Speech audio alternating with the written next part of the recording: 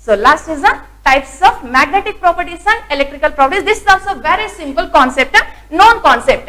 Magnetic, types of magnetic properties. Anyhow, in D and F block elements we learned, and also in coordination compounds we learned. The following is diamagnetic compound, the following is the paramagnetic compound, the following is ferromagnetic also we learned in D block elements. So diamagnetic, paramagnetic, ferromagnetic. Here two more additional we are learning, that is the ferrimagnetic, antiferromagnetic. Okay, we know three, two additional we are going to learn. So what are the different types of magnetic properties? Types of magnetic. Diamagnetic. So in that link notes also are given like this only, just one flow chart, 2 minutes enough to practice this. 2 minutes if you spend time, because here I given examples, those examples only you have to practice, otherwise those 2 minutes also not required. Direct you can answer. So magnetic properties, diamagnetic. Diamagnetic, paramagnetic, full not required, no, paramagnetic, ferromagnetic, antiferromagnetic, ferrimagnetic. This is ferri, last one. So diamagnetic, paramagnetic, ferromagnetic, antiferromagnetic, ferrimagnetic. Related to this, just the question is the following is ferrimagnetic. They will give the examples. All examples, once you practice, you can answer that question very easily. So diamagnetic. What is this diamagnetic? When the substance is placed in external magnetic field, that repelled by the magnetic field, When the substance is repelled by magnetic field, in that there is no unpaid electrons. Nothing but if the substance, now we are learning solids. If the solid contain all paid electrons, so options like this also they will give. This type of option given, all electrons are paid electrons, no unpaid electrons. If there is no unpaid electron, that repelled by the magnetic field, external magnetic field. Now the substance is called diamagnetic. So diamagnetic means the substance repelled by external magnetic field.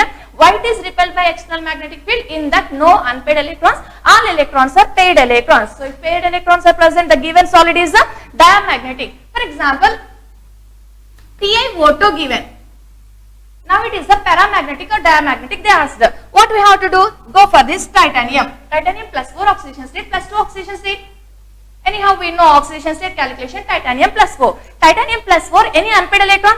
Scandium, titanium, vanadium in D block, all electronic configurations we written number of times. So titanium plus 4, any unpaid electron? No unpaid electron, nothing but the given is diamagnetic. NaCl solid. Na plus Cl minus are closely packed, no unpaid electron, because here to here electron transferred, no unpaid electrons. No unpaid electron means it is a diamagnetic. So NaCl is diamagnetic. Like that, scandium plus 3 given. Paramagnetic or diamagnetic? Like this ions given, it is very easy to answer. Unpaid electrons there are nothing, but the given is a diamagnetic. So options in options, there unpaid electron there are not, we have to check. That's it. We can identify the diamagnetic. So substance that repelled by magnetic field due to the absence of unpaid electrons, that is a diamagnetic. So what are the examples for diamagnetic given? Just you check the options, unpaid electrons were not present. Okay. So next one is paramagnetic. What is this paramagnetic?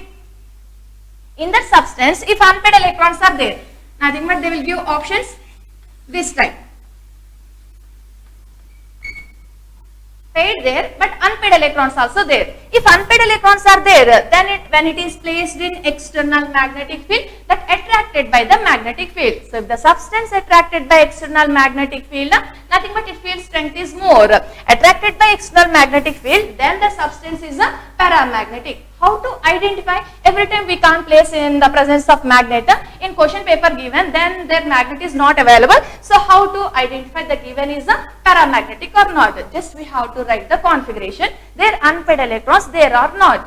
So if unpaid electrons are present, the given is a paramagnetic in nature. Paramagnetic means that attracted by external magnetic field. Now it is a paramagnetic. Like this option given, the given is a paramagnetic property. Nothing but paramagnetic solid. For example, general solids given, anyhow we can identify. Fe plus 2 given. Unpaid electrons there are not. How many unpaired electrons? What is the magnetic moment in D block learned? Magnetic moment calculation, mu is equal to root n into n plus 2. Units Bm, Bohr magneton. So here Fe plus 2. How many unpaired electrons? Iron 26, configuration 4 is to 3d6, plus 2 means remove 2 electrons, then 3d6, 3d6 means 4 unpaired electrons. Magnetic moment is 4.9. Yes or no? Actually we have to use that formula, but we won't use that formula. Direct we can identify.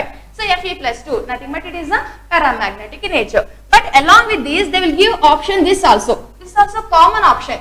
O2. What is paramagnetic or diamagnetic? This concept we learned in chemical bonding molecular orbital theory. MOT is introduced just to explain the paramagnetic behavior of oxygen. Yes or no? So what is a paramagnetic in nature? How can you say this is paramagnetic? How can you say this is a paramagnetic? Anyone given, unpaired electrons are there, paramagnetic. No unpaired electrons, that is a diamagnetic. But this O2, that is only molecular orbital theory. If that configuration written pi star 2p, x1, pi star 2p, y1, we are getting nothing but 2 unpaired electrons in O2. So it is also paramagnetic in nature. So anyhow, unpaired electrons are there, that is a paramagnetic in nature. No unpaired electrons, that is a diamagnetic, repelled by the magnetic field, attracted by the magnetic field. Now, what is this ferromagnetic? Ferromagnetic. Thus, in that substance, more number of unpaired electrons and all spins are in same direction, strongly attracted by the magnetic field. Strongly attracted by the magnetic field. Nothing but in the absence of after removal of magnetic field are still that containing magnetic property. Like that, in nothing but safety pin, one attached to another one attached to another one. This example only we use now. So more number of unpaired electrons, all the spins are arranged in same direction and it is strongly attracted by the magnetic field, and even in the absence of magnetic field also sometimes it can behave like a magnet. Nothing but that attracted, that having that property. So that substance is a ferromagnetic. So more number of unpaired electrons and all the spins are in same direction and strongly attracted by the magnetic field. That substance is a ferromagnetic. So what are the examples for this ferromagnetic? These are fixed examples. Anyhow, we can learn this easily. Iron, cobalt, nickel. Ferromagnetic, no. Where more unpaired electrons, there is a strong ferromagnetic. Iron, cobalt, nickel. Along with this CrO2, it is also ferromagnetic in nature. So these are examples for ferromagnetic. Just option like this given, that is ferromagnetic. Some pairs, some unpaired given, paramagnetic. All pairs only given, then it is a diamagnetic. Okay. Now come to this antiferromagnetic. What is this antiferromagnetic? Now see this.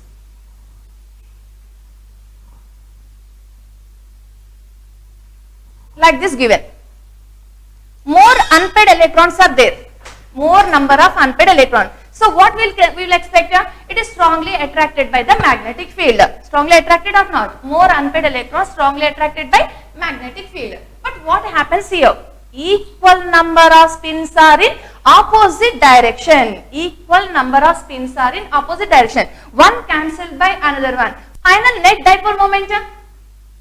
Nothing but final magnetic momentum? 0. Okay, because the equal number in opposite direction, one cancelled by another. So more unpaired electrons, but equal spins are in opposite direction, like that given, then it behaves like a diamagnetic. Then that substance is called antiferromagnetic. Antiferro, more unpaired electrons, but not in same direction. Equal number in a opposite direction. Then the substance is a antiferromagnetic. Manganese oxides, we can take example. Ferrimagnetic. What is this ferrimagnetic?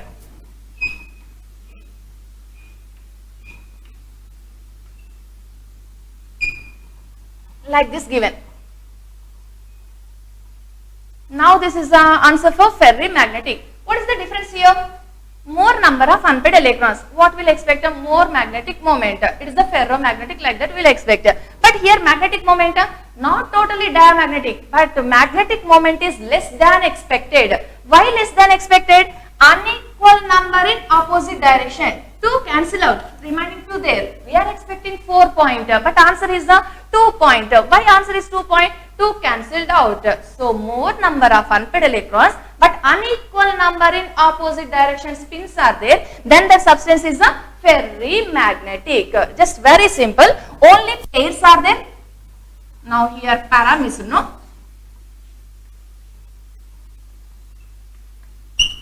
Like this option, complete pairs given, that is a diamagnetic, no unpaired electron. Unpaired electrons are present, then it is a paramagnetic. All the spins are in same direction arranged, then given is a ferromagnetic. More unpaired electron but equal number in opposite direction, then it is a antiferromagnetic. More unpaired electron, unequal number in opposite direction, then it is a ferrimagnetic. Ferrites we can take example for this ferrimagnetic. It is about a magnetic property. That's it. Just examples you have to practice, and this type of options they will give. What is that magnetic behavior we should identify? So these solids are diamagnetic solids are there, paramagnetic, ferromagnetic, antiferromagnetic and ferrimagnetic types of magnetic properties. That's it. So the next one is the types of electrical. What are the different types of electrical properties? Clear no? Types of magnetic properties. Different types of electrical. Electric properties also known concept only. Good conductor, semiconductor and insulator.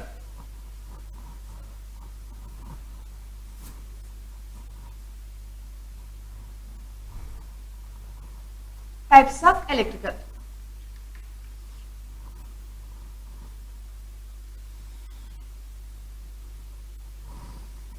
So what are the different types here? Good conductors. If the conductivity ranges of 10 power 4 to 10 power 8 ohm inverse centimeter inverse, like this given, then the substance is a good conductor. It conducts electricity. The substance is good conductor. Good conductors. Anyhow, metallic solids are good conductors, we learned. And semiconductor. Semiconductors. Semiconductors, the conductivity range 10 power minus 7 to 10 power 4 ohm inverse centimeter inverse, in that range conductivity there, nothing but less than that good conductor. Then the substance is a semiconductor. Insulator. Insulators, the conductivity range 10 power minus 10 to 10 power minus 20, like this. Or 10 power minus 20 to 10 power minus 10, like that range given, then that is a insulator, nothing but that bad conductor. So good conductor, semiconductor and bad conductors. So it is explained based on band theory. What is this band theory? How decided? Like this. Valency electrons. Valency electrons, it is taken as a valency band. This is called valency bond. And in that valency band, okay, not bond, this is a valency band. And here, like this given, these are empty orbitals. Empty orbitals, this is taken as a conduction band. Anyhow, in physics you learn this one clearly. So this is called valency band and it is the conduction band. Now here, I am giving diagrams like this.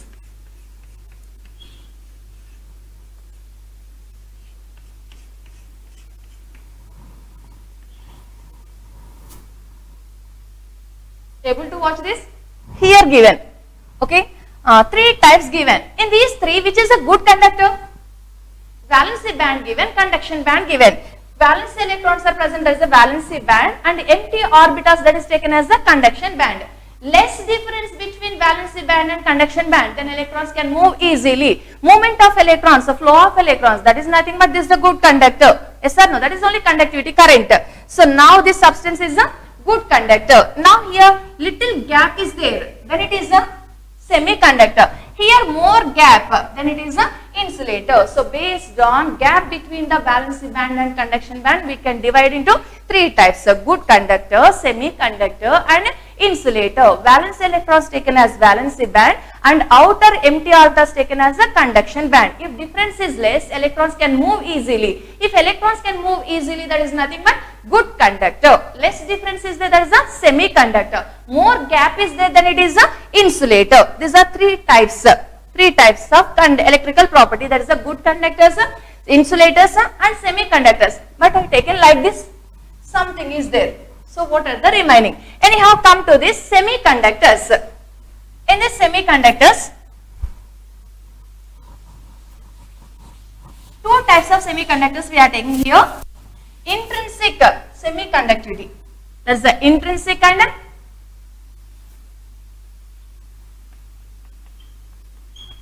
intrinsic. Extrinsic.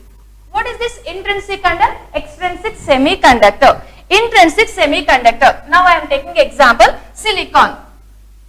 Carbon, silicon, germanium. Group. Don't give answer, carbon group.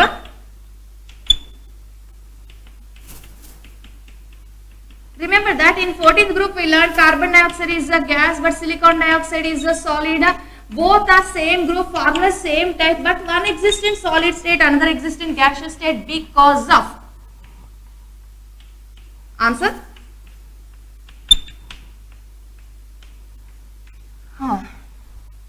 Now this is the silicon. What is that answer? Because of carbon dioxide is a linear structure, simple molecule, but silicon dioxide exists as a giant polymer, three-dimensional polymer, and tetrahedral structure. In that sp3 hybridization, like that much information we learned. That's why carbon dioxide is a gas and silicon dioxide is a solid. Anyhow, come to this silicon. Silicon, just like carbon, valency 4 here we are taking. So 4 bonds are present. This is the silicon structure. Now any unpaired electron?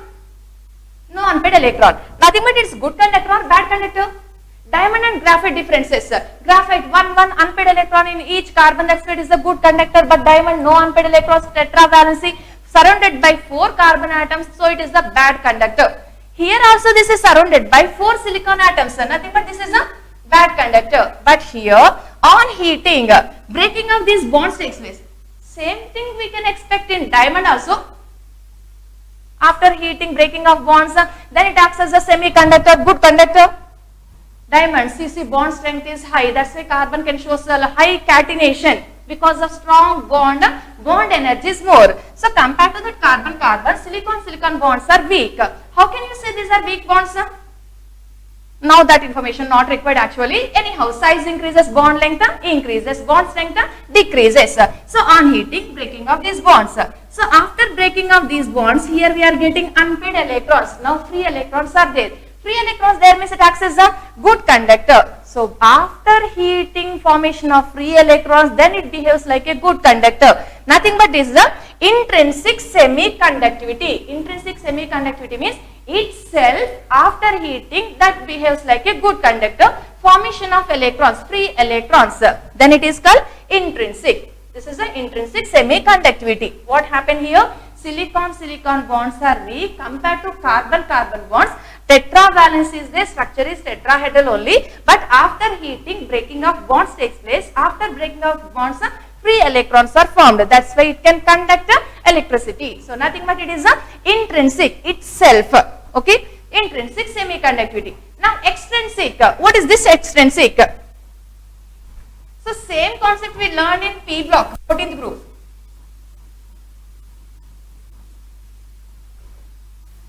Extrinsic semiconductivity. Now we are taking silicon.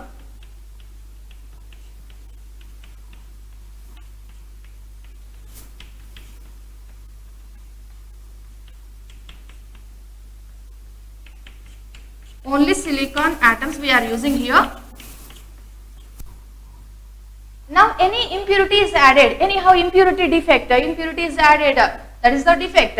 Like that here we are adding impurity. Now it is the 14th group element, 14th group element silicon.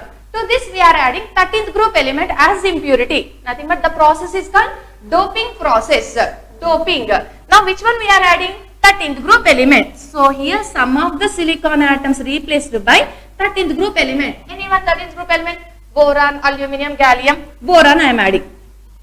Okay. So if silicon, boron, example given, this is a 13-14 type semiconductor. 13-14 type semiconductor. Nothing but 13th group is added to this 14th group element. Okay. It is 13-14 semiconductor. 13th group element added. 13th group element means only 3 valence electrons. It can form 3 bonds. One more bond not there. Nothing but here positive holes are getting.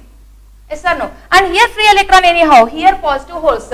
Electrons in one direction, positive holes definitely opposite direction movement takes place. Because of the formation of these positive holes, it conducts electricity. Nothing but it acts as a good conductor. So when it acts as a conductor, Actually, it is not a conductor. After adding this impurity, which impurity we added? 13th group elements. 13th group element, 3 valency electrons. But here total 4 bonds are required. It can form 3 bonds only. Nothing but we are getting positive holes. Because of positive holes, it acts as a conductor. So this type is called P type. This is P type semiconductor. So addition of 13th group to 14th group element gives a P-type semiconductor. Just addition of following element to silicon gives P-type semiconductor. Options are aluminum, germanium, gallium and selenium. Which options we can choose? Once again options required. Aluminum, germanium, gallium, selenium. Boron, aluminum, gallium, indium, thallium. These are 13th group elements. So to get the P-type 13th group elements, we have to add. In these options, which are 13th group elements? Aluminum is 13th group element and gallium is also 13th group element. Nothing but these two options are correct options.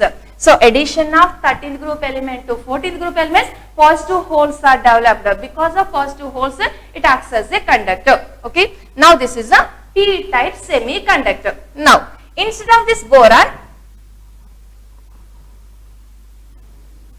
silicon replaced by phosphorus. Phosphorus means which group we are adding? Nitrogen, phosphorus, arsenic, antimony, bismuth. The group number is the 15th group elements.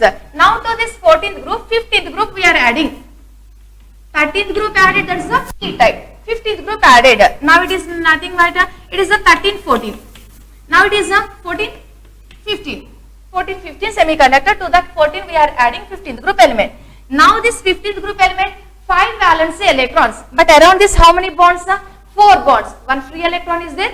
Because of this free electron, it acts as a good conductor. Nothing but this semiconductor is now because of electrons, negatively charged electrons, negatively charged. So it is a N type.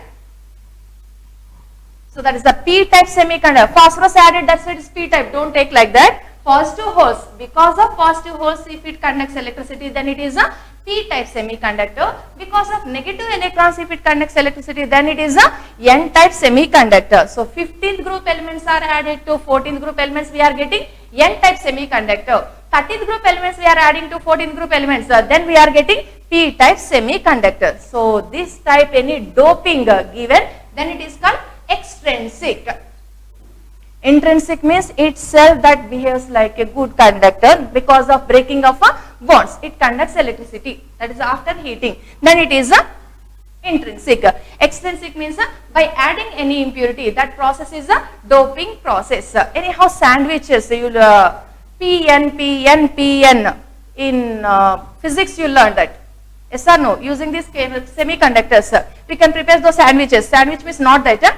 So this is the 1450 and 13, 14. Like this, Zn Se given. This is which type of semiconductor given? 13, 14, 14, 15. Like this Zn Se given. This is which type of? Zinc. Which group? The Arabic numbers. 12th group? Yes or no? Selenium which group? Oxygen, sulfur, selenium. 16. Nothing but it is the 12-16 semiconductor. Is the 12-16 semiconductor. So like that 13-14, 14-15 or 13-15 and 12-16, these are different types of semiconductors. Just we are adding impurity. That process name is the doping process. So two types of semiconductors, intrinsic semiconductors and extrinsic semiconductors. Okay. So now come to other. So these are good conductors, semiconductors and insulators. So here dielectric, that is the piezoelectric, pyroelectric. In this piezo only we are getting, I am writing here, ferroelectric and antiferroelectric. That is the ferrielectric. Okay. Now ferroelectric, ferrielectric, pyroelectric, piezoelectric. What is this piezoelectric substance? Piezoelectric substance. One compound, given compound is a dielectric properties. Given compound is a non-polar. The given compound is non-polar.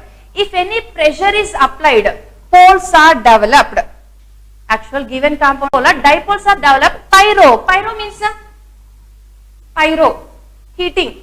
By heating, by applying pressure, dipoles are developed. That is the piezoelectric. By heating, dipoles are developed. Then it is a pyroelectric. Tartaric acid. Shall I ask question? From some basic concepts of organic chemistry. You answer. I can feel that answer. Tartaric acid. The number of optically active isomers in tartaric acid. Answer or not? Formula is 2 power n or n power 2? 2 power n. Tartaric acid number of chiral carbons. 4 chiral carbons or 2 chiral carbons? 2 chiral carbons. Then how many optical isomers? 4 optical isomers. But answer is wrong answer. Why it is wrong answer? Top and bottom are similar because COH, COH. That is only the single example we learned in related to textbook. A single example learned, that is for number of optical isomers the calculation. Top and bottom similar, because of that we are getting one meso compound and 2 optically active. Total number of optical isomers are 3. Answer no? So answered mostly. So tartaric acid, 3 optical isomers, 2 optically active isomers and 1 is a meso compound. Now that not required anyhow. Pyroelectric, after heating dipoles are developed, then it is called pyroelectric. For this example, tartaric acid. Okay. Ferroelectric. What is this ferroelectric? Okay. Antiferro also we can take. Ferroelectric. What is this ferroelectric? Ferroelectric means here after applying pressure, dipoles are developed. In the present, in electric field, if these are permanent dipoles, if rearranged, all these dipoles are arranged in same direction. Just like ferromagnetic, rearrangement of dipoles, permanent dipoles in the presence of electric field. Rearrangement of permanent dipoles in the electric field. Nothing but piezo can changes to ferro. Piezo can changes to ferro. Here dipoles are formed after applying pressure. It becomes permanent dipoles and rearrangement also takes place. All in same direction in electric field. Then the substance is a ferroelectric. So it is example is a BaTiO3. Piezoelectric, ferroelectric. Like that, ferri means unequal number in opposite direction. If it is antiferro, able to watch this? Antiferro. If it is antiferro, dipoles, permanent dipoles are formed, but they are in opposite direction. If they are in opposite direction, total net cancelled out. So dipole momentum 0. Like that, here total many dipoles are formed. After applying pressure, dipoles are formed, non-polar changes to polar. That is a piezo. After heating, poles are developed. Then it is a pyro. Ferro means in electric field, rearrangement of permanent dipoles. Just after applying pressure, poles are developed. These becomes permanent dipoles and rearrangement also takes place. All arranged in same direction. Then it is a ferroelectric, not ferromagnetic. This is the electric. Ferroelectric. Antiferroelectric means unequal number or equal number. Equal number in opposite direction. Ferri means unequal number in opposite direction. Anyhow, antiferro. Now, equal number in opposite direction. Nothing but is again the poles are developed, but it behaves like a non-polar compound only. Then it is the antiferro. So, for this example, PbZrO3. Why I am giving these two examples? May see this. Barium titanate is example for piezo. Lead zirconate is also example for piezo. Okay. And barium titanate is example for ferro. Lead zirconate is example for antiferro.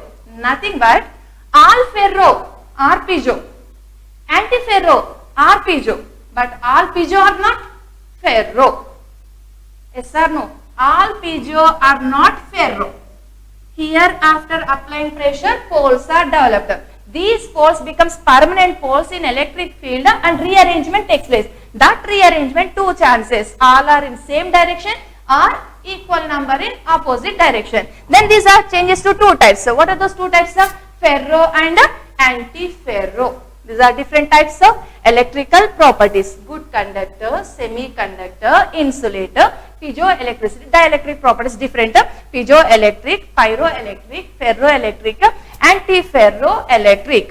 And semiconductors, Intrinsic semiconductivity, extrinsic semiconductivity. In extrinsic semiconductivity, N type and P type. P type because of positive holes, N type because of negative electrons. For getting P type, 14th group element doped with given 13th group elements. For getting N type, 15th group element we have to add 13, 14, 15, 14, like that 12, 16 also there. Okay, this is about electrical property. Nothing but solid state chapter closed.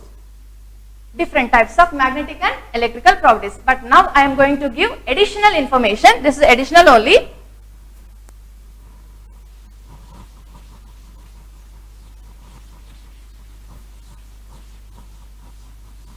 Just 3 concepts, additional concepts. Chapter completed. Bragg's equation, Wies indices, Miller indices, planes.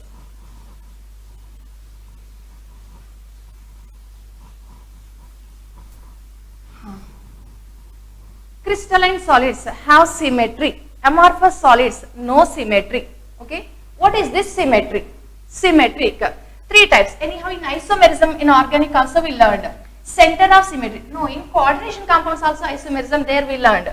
Center of symmetry, plane of symmetry, and just for knowledge, additional information I am giving this one. Okay. Center of symmetry, plane of symmetry, axis of symmetry.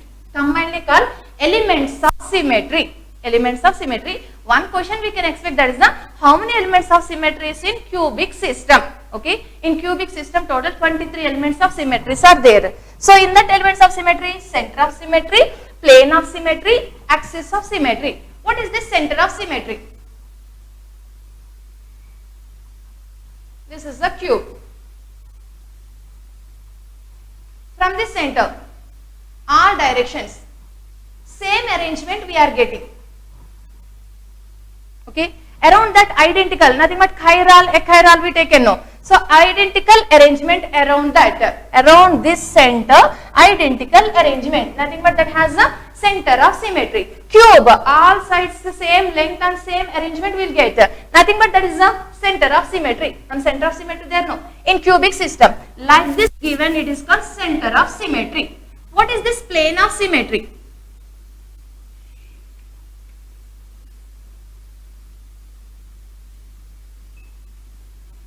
While solving that materials, few advanced materials and few questions chance there based on these type of diagrams.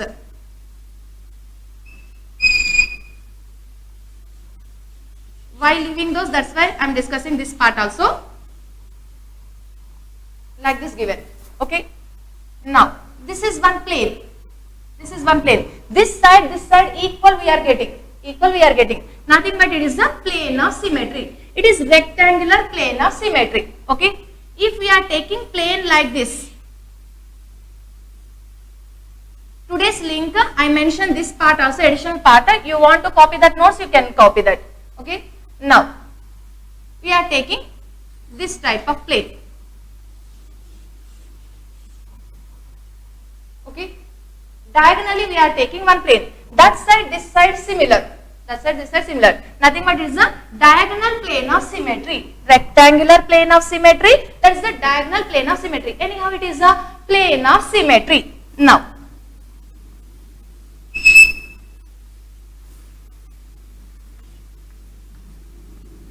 like this one axis we are taking. We are rotating 360 degrees.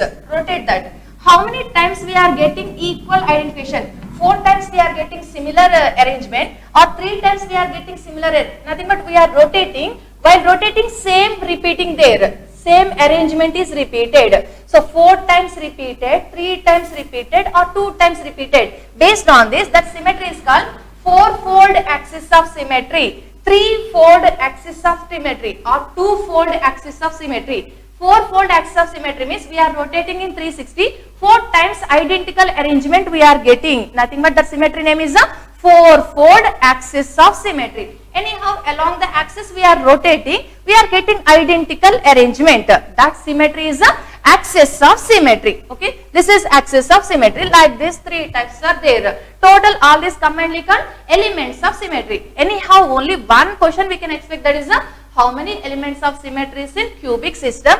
Total number of elements of symmetry is in cubic system, 23 elements of symmetry. Okay, this is about symmetry. That is center of symmetry, plane of symmetry, axis of symmetry. Combinedly that is called elements of symmetry. How many elements of symmetry in cube? Given answer is 23 elements of symmetry. Okay. Next, X-ray diffraction method we are using to find the structure, crystal structure. So here Bragg given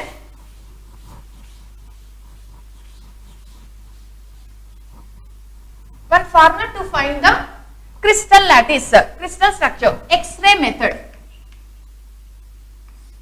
Bragg's equation. X-ray diffraction method is used to find the crystal lattice structures. We have to pass X-rays. Then based on that X-ray diffraction, we can find the position of the particles. Where we are getting that X-ray diffraction, there we should put the one point. That is called lattice point. Like this, we are getting many points. After joining these points, if all these points are joined, like this we are getting many points. If all these points are joined, then we will get one structure, that is only crystal lattice. Okay. So how we are identifying this? By using X-ray diffraction method. So for this Bragg's given one mathematical expression, Bragg's equation. Related to this few problems also there, but not in syllabus. Bragg's equation, n lambda is equal to 2d sin theta. D means the distance between the planes. Based on this distance between the planes, we can draw the diagram. So we need distance between the planes. This distance between planes we are finding using n lambda is equal to 2d sin theta. Okay, derivation not required. Anyhow, just 1 minute only the derivation. I will explain that, but not required. Okay. Now Bragg's derivation. How we are getting this formula? This formula we are using to find the distance between the planes. Based on the distance between the planes, we can draw the crystal lattice. Okay. This is used to find the structure of the crystals. Bragg's equation. The equation is n lambda is equal to 2d sin theta. So how we are getting this? We are passing X-rays to find the crystal lattice structure. For example, here one particle is there. Okay. This is one plane, one particle. X-ray diffraction takes place. Okay. Next, to find the next plane, next position, again we are using X-rays. This is the second X-ray. Okay, X-ray diffraction. Two X-rays we are using. They are parallel. They are in plane. Okay. Now, first X-ray, second X-ray. After reflection, now how much distance extra travel? What is the difference between this distance? For example, here I am taking this is the P. Okay. This is the Q. R, S. Like this I am taking. This much extra distance travel. What is the difference between the distance traveled by two X-rays? They are in a plane. So what is the difference between the distance traveled? Now what is the difference means? This is the difference.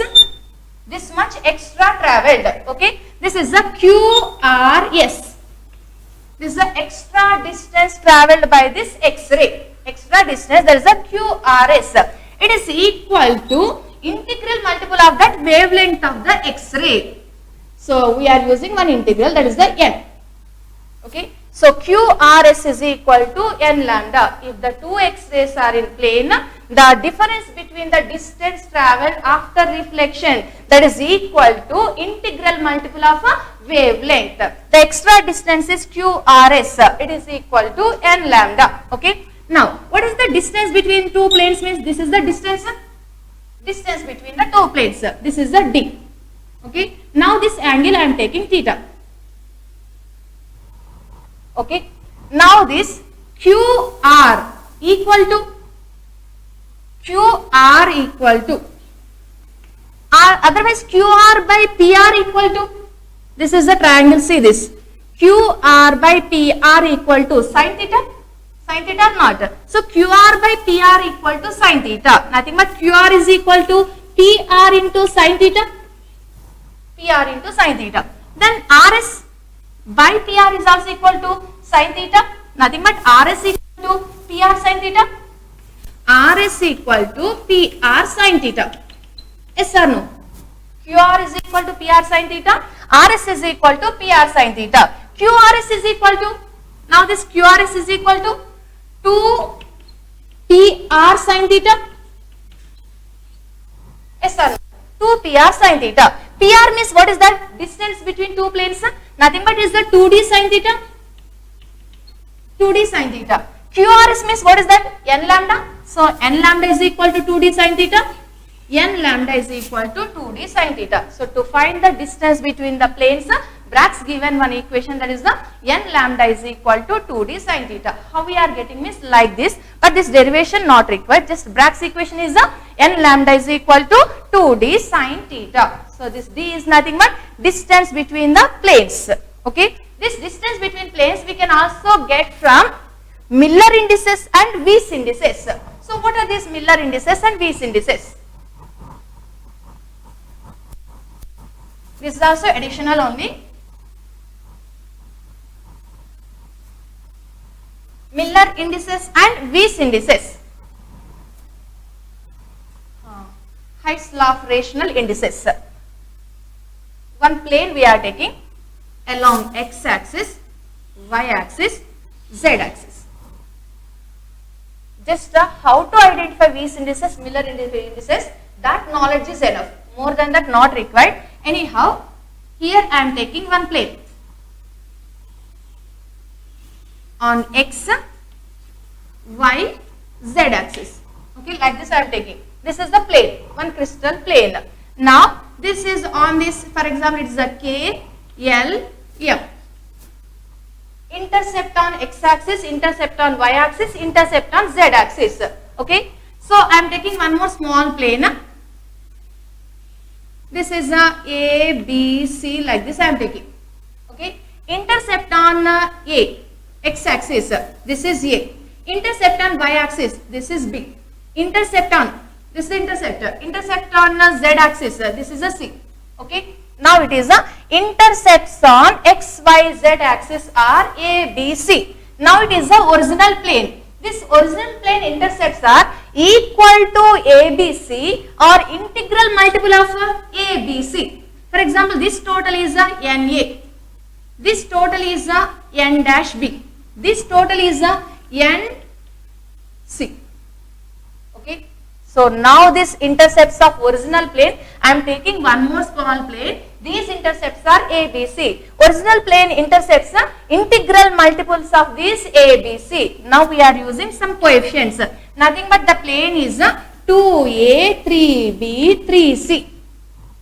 Like this given. One plane in crystal, that is the 2A, 3B, 3C plane. What are Weiss indices? This question is like this only. One plane they will give 2A, 3B, 3C. What are the Weiss indices? Weiss indices. Weiss indices means coefficients of x, y, z, this axis, coefficients of these intercepts, coefficients of intercepts. What are the coefficients of intercepts? 2, 3, 3. Weiss indices answer just 2, 3, 3. So in plane 2A, 2B, 3C. What are the Weiss indices given? Along x axis, along y axis, along z axis. So what is the answer? 2, 2, 3. This question is that only. What are Weiss indices of this plane? Okay, one plane they will give, there we have to identify the Weiss indices. What are Weiss indices? Coefficients of intercepts. Coefficients of intercepts. So here answer is 2, 2, 3. Here answer is 2, 3, 3. Okay, this is the Weiss indices. What are Miller indices? Miller indices. Always plane is represented by using Miller indices only. What are these Miller indices? Miller indices means reciprocal of Weiss indices. For example, here any simple one better. Okay, this only I am using. The Weiss indices are these. Okay, what are Miller indices? Reciprocal of Weiss indices. Multiply with any simple number to convert into whole numbers. Now we should convert into whole numbers. Then multiply with 3 better or 6 better? Multiply with 6. Now we will get here answer 3, 2, 2. What are the Miller indices now? 3, 2, 2. These are the Miller indices. So if V's indices are 1, 1, 1, what are the Miller indices? 1, 1, 1 only Miller indices. Yes or no? Just take reciprocal, multiply with any number to convert into whole numbers. Now this whole number is called Miller indices. Okay, Miller indices. So how to find the Miller indices? Means they are represented by HKL. They will give DHKL. What is this DHKL? Distance between the planes. Which type of plane? Here they will mention the plane. What happened here in one material, this question given, all they thought this is the 3, Roman number 3. That is not Roman number 3, that is the 1, 1, 1 plane. 1, 1, 1 plane given, they are asking distance between the planes. Okay, 1, 1 means these are Miller indices. Planes are always represented by using Miller indices. Here what they given, that is the Miller indices, that is the 1, 1, 1 plane. Okay, now it is 1, 1, 1 plane. What is the distance between the planes they are asking? So the formula for these planes, A by root h square plus k square plus L square. A means edge length. Definitely they will give edge length. Based on this also 1 or 2 problems you can expect. That is not in a final paper definitely. So anyhow, how to find the distance between the planes? If edge length given, using Miller indices we can find the distance between the planes. Distance between the planes is equal to edge length by root h square plus k square plus L square. K, H, L, what are this? These only. Okay. Now for example, edge length is 450 picometers. Find the distance between the two planes. 450 by root 1 square plus 1 square plus 1 square. Okay. So now it is equal to distance between the planes. These are V's indices, Miller indices. Just for idea, what is V's indices, what is Miller indices? In any material like that question came, it is not unknown. We know that. Okay. For that purpose only I am giving V's indices, Miller indices. V's indices means coefficients of intercepts. Miller indices means reciprocal multiplied with any whole number, and this Miller indices only indicates the plane. That is which type of plane we can identify. Using Miller indices we can find the distance between the planes. Otherwise using Bragg's equation also we can find the distance between the planes. Bragg's equation, n lambda is equal to 2d sin theta. And here distance between the planes, d is equal to a by root h square plus k square plus L square. Okay, this is about solid state. So today also I given one practice sheet. Total 7 practice sheets. Each practice sheet 20 questions. Nothing but 140. 140 only, no? 140 or not? 140 objective questions given. Solve all those questions. Okay, definitely you can get the answers. And some difficult problems I given solved only. Those also once you practice. Okay, solid state, very very important chapter completed. So tomorrow next chapter, that is tomorrow. Okay, until then take care.